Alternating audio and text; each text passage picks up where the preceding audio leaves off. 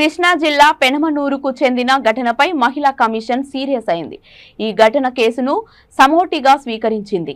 దీనిపై సమగ్ర విచారణ చేపట్టాలని, పూర్తి వివరాలు వెల్లడించాలని కృష్ణా జిల్లా ఎస్పీకి మహిళా కమిషన్ చైర్పర్సన్ గజ్జల వెంకటలక్ష్మి లేఖ రాశారు. నిందితుడికి కఠిన శిక్ష పడేలా చర్యలు చేపట్టాలని ఆదేశించారు. రాజకీయం పేరిట ఇటీవల తెలుగుదేశం పార్టీకి చెందిన కొంతమంది కీచకులు మహిళపై చేస్తున్న అరాచకాలపై ఉక్కుపాదం మోపాలని, వారి భరతం పట్టేలా చర్యలు తీసుకోవాలని కోరారు. బాధిత మహిళ వివరాలపై గోప్యత పాటించాలని, రక్షణ కల్పించాలని సూచించారు. కంకిపాడుకు చెందిన పెనమలూరు నియోజకవర్గంలో టీడీపీ అనుచరుడు, బోడే ప్రసాద్ అనుచరుడు, అదేవిధంగా పార్థసారథి అనుచరుడు అయినటువంటి కిరణ్ అనే వ్యక్తి ఒక మహిళ పట్ల అసభ్యంగా ప్రవర్తించిన తీరు సోషల్ మీడియా మాధ్యమాల ద్వారా చూసి మహిళా కమిషన్ దీన్ని సుమోటోగా స్వీకరించడం జరిగింది. ఈరోజు ఎస్పీ గారికి కూడా మేము మెయిల్ చేయటం జరిగింది. అలాంటి వ్యక్తుల మీద చర్యలు తీసుకోవాలని కోరడం జరిగింది.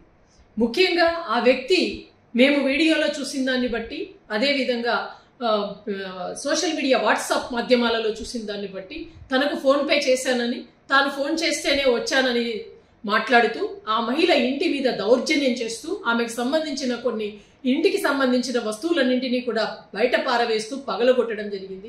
అదేవిధంగా ఆమె పట్ల ఒక సెక్సువల్ హరాస్మెంట్, ఏ విధంగా అయితే అసభ్యకరమైన మాటలు మాట్లాడుతూ ఆమెను నిజంగా అనరాని మాటలు మాట్లాడుతున్న తీరు నిజంగా మహిళా కమిషన్ ఖండిస్తోంది.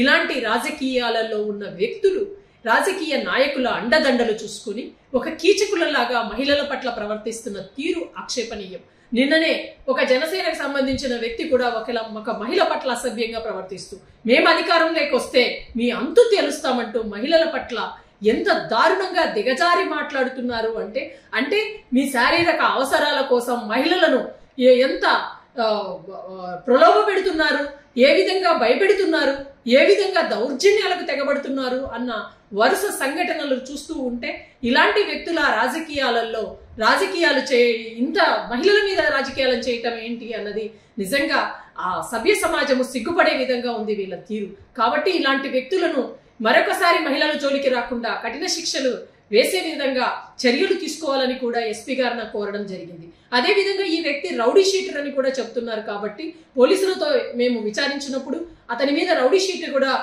ఉంది అని చెప్తున్నారు. కాబట్టి ఎలక్షన్ ముందు ఇలాంటి రౌడీ షీటర్లను అదుపులోకి తీసుకోవాల్సిన అవసరం కూడా ఉందని తెలియజేసుకుంటూ ఆ మహిళకు, అదేవిధంగా ఈ ఆంధ్రప్రదేశ్ రాష్ట్రంలో ఉన్న ప్రతి మహిళకు అండగా ఉంటుంది మహిళా కమిషన్.